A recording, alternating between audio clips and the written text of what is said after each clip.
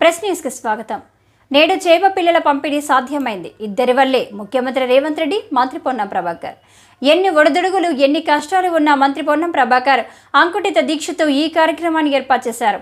గత ప్రభుత్వం చేప పిల్లలతో పేరుతో దొంగ బిల్లులు పెట్టింది.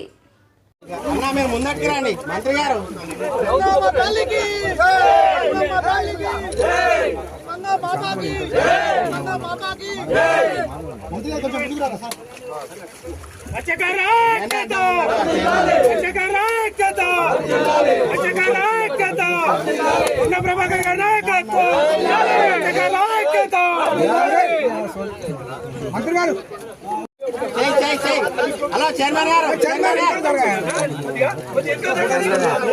అన్న ముందటికి రాండి మంత్రి గారు.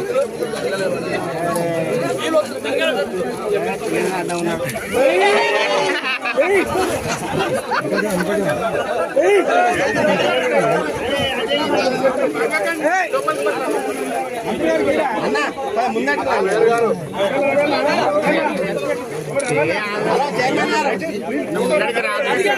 అంటే తిరుపతి